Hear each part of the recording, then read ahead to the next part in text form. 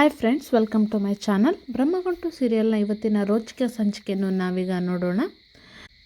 ಚಿರು, ನಾನು ಈ ಮದುವೆ ಆಗಲ್ಲ, ನನಗೆ ಇಷ್ಟ ಇಲ್ಲ ಅಂತ ಹೇಳಿದಾಗ, ನಮ್ಮಿಬ್ರಿಗೂ ಡಿವೋರ್ಸ್ ಆಗಿದೆ, ನಾವಿಬ್ಬರು ಮದುವೆ ಆಗಲೇಬೇಕು ಅಂತ ಹೇಳಿ ದೀಪ ಹೇಳ್ತಿದ್ದಾಗ, ಡಿವೋರ್ಸ್ ಆಗಿದ್ರೆ ಪೇಪರ್ ಇರಬೇಕಿತ್ತಲ್ಲ, ಪೇಪರ್ ನಿಮ್ಮ ಹತ್ರ ಇದೆಯಾ, ಅತ್ತಿಗೆ ನಿಮ್ಮ ಹತ್ರ ಇದೆಯಾ, ಚಿಕ್ಕಮ್ಮ ನಿಮ್ಮ ಹತ್ರ ಇದೆಯಾ, ಮಾವ ನಿಮ್ಮ ಹತ್ರ ಇದೆಯಾ ಅಂತ ಕೇಳ್ತಾರೆ. ಯಾರೂ ಇಲ್ಲ ಅಂತ ಹೇಳಿದಾಗಲ್ಲ, ಅವರನ್ನೆಲ್ಲ ಯಾಕೆ ಕೇಳ್ತಾ ಇದ್ದೀರಾ, ಪೇಪರ್ ನಿಮ್ಮ ಹತ್ರ ಇರಬೇಕಿತ್ತು ತಾನೇ ಅಂತ ಪ್ರಶ್ನೆ ಮಾಡ್ತಾಳೆ. ಪೇಪರ್ ನನ್ನ ಹತ್ರ ಇಲ್ಲ, ನಾನು ಅವತ್ತೇ ಹರಿದಾಕ್ದೆ ಅಂತ ಹೇಳ್ತಾರೆ. ಆಗ ಅಲ್ಲಿ ನಾವು ಅವತ್ತು ಸೈನ್ ಮಾಡಿದಾಗ ನೀವು ಮಾತಾಡ್ತಾಯಿದ್ರಿ, ನನ್ನನ್ನು ತುಂಬ ಇಷ್ಟಪಡ್ತಾ ಇದ್ದೀರಾ, ನಿಮ್ಮನ್ನು ಬಿಟ್ಟು ನಾನು ಬದುಕೋದಿಲ್ಲ, ನೀವು ಇವತ್ತಲ್ಲ ಬಿಟ್ಟು ಹೋದರೂ ಕೂಡ, ನೀವು ಬೇರೆ ಮದುವೆ ಆಗಿ ಹೋದರೂ ಕೂಡ ನನ್ನ ಮನಸ್ಸಲ್ಲಿ ನೀವು ಯಾವತ್ತೂ ನನ್ನ ಗಂಡನಾಗೇ ಇರ್ತೀರ, ನನ್ನ ಮುದ್ದು ಹಸ್ಬೆಂಡಾಗೇ ಇರ್ತೀರ ಅಂತ ನನ್ನನ್ನು ದಯವಿಟ್ಟು ಬಿಟ್ಟು ಹೋಗಬೇಡಿ ಅಂತ ದೀಪ ಬೇಡ್ಕೊಂಡಿರ್ತಾಳೆ. ದೀಪ ಅವ್ರು ನನ್ನನ್ನು ಎಷ್ಟು ಪ್ರೀತಿ ಮಾಡ್ತಿದ್ದಾರೆ ಅಂತ ಹೇಳಿಬಿಟ್ಟು ಚಿರು ಬೇಜಾರಾಗಿ ಆ ಡಿವೋರ್ಸ್ ಪೇಪರ್ನ ಹರಿದಾಕಿರ್ತಾನೆ. ಅದನ್ನು ಕೇಳಿದ ಸೌಂದರ್ಯ ಶಾಕ್ ಆಗ್ತಾಳೆ. ಹಾಗಾದರೆ ನೀನು ಸುಳ್ಳು ಹೇಳಿದ್ದ, ಡಿವೋರ್ಸ್ ಪೇಪರ್ ಕೇಳಿದಾಗ ಅಲ್ಲಿದೆ ಇಲ್ಲಿದೆ ಅಲ್ಲಿಟ್ಟಿದ್ದೀನಿ ಹುಡುಕೊಡ್ತೀನಿ ಅಂತ, ನನಗಿಂತ ಮೋಸ ಹೇಗೆ ಮಾಡೋಕ್ಕೆ ಸಾಧ್ಯ ನೀನು ಅಂತ ಸೌಂದರ್ಯ ಕೋಪ ಮಾಡ್ಕೋತಾಳೆ.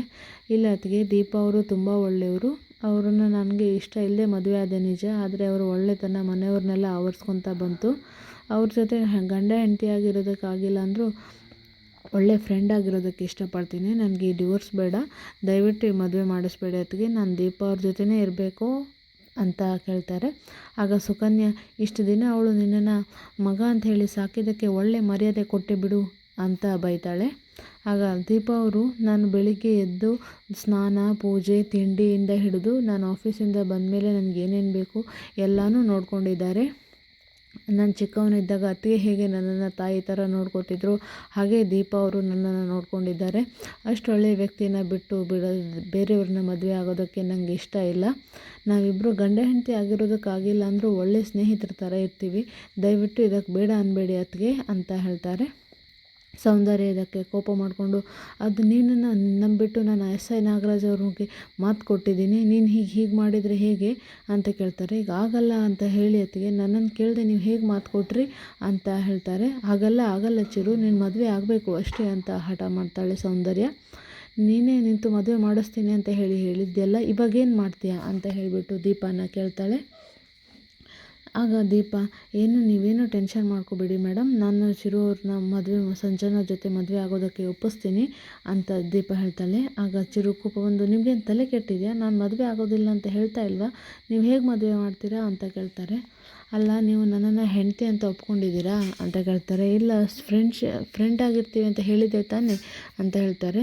ನೀವು ನನ್ನನ್ನು ಹೆಂಡತಿಯಾಗಿ ಒಪ್ಕೊಂಡಿಲ್ಲ ಅಂದಮೇಲೆ, ನಿಮಗೆ ನನ್ನ ಪ್ರೀತಿ ಮಾಡ್ತಿಲ್ಲ ಅಂತ ಹೇಳಿದ ಅಂದಮೇಲೆ, ನೀವು ಅವ್ರ ಮಗಳನ್ನು ಮದುವೆ ಆಗೋದೇ ಸರಿ, ನೀವು ಅವ್ರ ಮಗಳನ್ನ ಮದುವೆ ಆಗಲೇಬೇಕು, ಬೇರೆ ಮಾತಾಡೋಂಗಿಲ್ಲ ಅಂತ ಹೇಳಿಬಿಟ್ಟು ಅವ್ರ ಮೇಲೆ ಆಣೆ ಮಾಡಿಸ್ಕೊತಾಳೆ. ಏನು ಬ್ಲ್ಯಾಕ್ ಮೇಲ್ ಮಾಡ್ತಾ ಇದ್ದೀರಾ ಅಂತ ಕೇಳ್ತಾರೆ. ಇಲ್ಲ ಹಸ್ಬೆಂಡು, ನೀವು ರಿಕ್ವೆಸ್ಟ್ ಮಾಡ್ತಾಯಿದ್ದೀನಿ, ನೀವು SI ಮಗಳು ಸಂಜನಾನ ಮದುವೆ ಆಗಲೇಬೇಕು ಅಂತ ಹೇಳಿಬಿಟ್ಟು ಒತ್ತಾಯ ಮಾಡ್ತಾಳೆ. ಆಗ ದೀಪಗೋಸ್ಕರ ಚಿರು ಒಪ್ಪಿಗೆ ಕೊಡ್ತಾನೆ. ಇಲ್ಲಿ ಸಂಜನಾ, ನಂಗೆ ಗೊತ್ತಿಲ್ಲ ಡ್ಯಾಡ್, ನಾನು ಮದುವೆ ಆಗಲೇಬೇಕು ಅಂತ ಹಠ ಮಾಡ್ತಾ ಇರ್ತಾಳೆ. ಡೋಂಟ್ ವರಿ ಮಗಳೇ, ನೀನು ಮದುವೆ ಮಾಡಿಸ್ತೀನಿ ಅಂತ ಹೇಳಿ SI ನಾಗರಾಜ್ ಹೇಳ್ತಾ ಇರ್ತಾನೆ.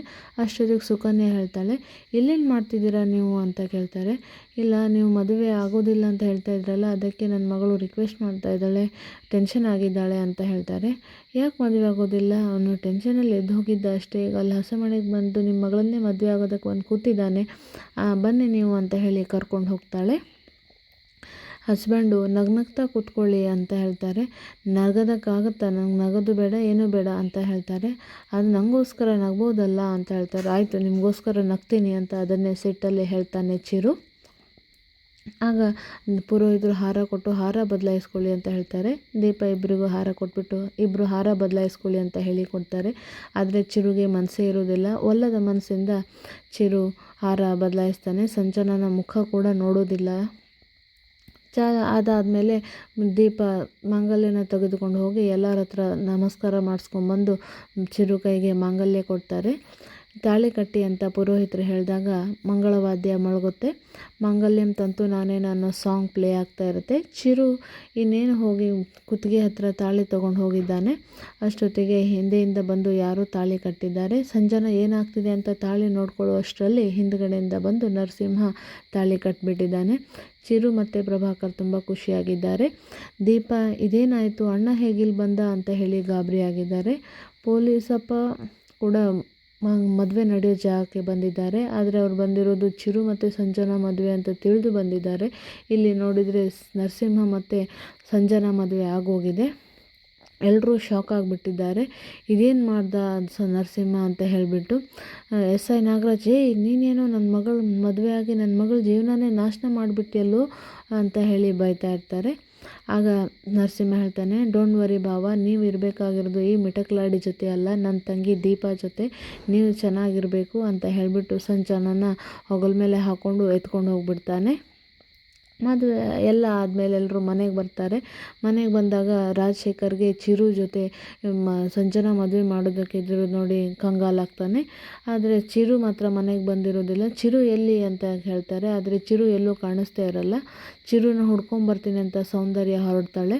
ಸೌಂದರ್ಯ ಜೊತೆ ನಾನು ಬರ್ತೀನಿ ಚಿರು ಅವ್ರನ್ನ ಹುಡ್ಕೋದಕ್ಕೆ ಅಂತ ಹೇಳಿ ಸೌಂದರ್ಯ ಕಾರ್ ತೆಗೆದು ದೀಪಾನೇ ಹೋಗಿ ಕೂತ್ಕೊತಾಳೆ. ಏನು ಚಿರುನ ಯಾರೋ ಕಿಡ್ನಾಪ್ ಮಾಡಿದ್ದಾರಾ ಅಥವಾ ಚಿರುನೇ ಎಲ್ಲಿ ಬೇಜಾರಾಗಿ ಎಲ್ಲಿಗೂ ಹೊರಟು ಹೋಗಿದ್ದಾನ, ಅದು ಗೊತ್ತಿಲ್ಲ. ಕಾದು ನೋಡೋಣ ಏನಾಗುತ್ತೆ ಅಂತ. ಇವತ್ತಿನ ಈ ಸಂಚಿಕೆ ನಿಮ್ಗೆ ಇಷ್ಟ ಆದರೆ ಲೈಕ್ ಮಾಡಿ, ಶೇರ್ ಮಾಡಿ, ಸಬ್ಸ್ಕ್ರೈಬ್ ಮಾಡಿ.